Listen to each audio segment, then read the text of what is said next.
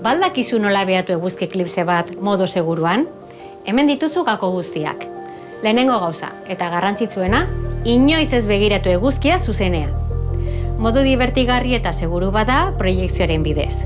Teleskopio bat edo prismatiko batzuk eguzkirantz bideratu, haietatik ez begiratu, jarri paper bat atzean, eta eguzkiaren irudia paperean proiektatuta ikusi ahal izango duzu. Jolas bat bezalakoa da. Baina zalantzarik gabe, errezena eta seguruena, horrelako eklipse betaurrekoak erabiltzea da.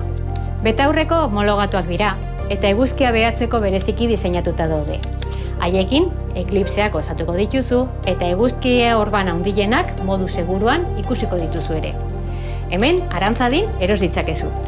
Orain badakizu nola egin, datorren martxoaren 29an, etorri arantzadira, eta eklipsea gozatuko duzu.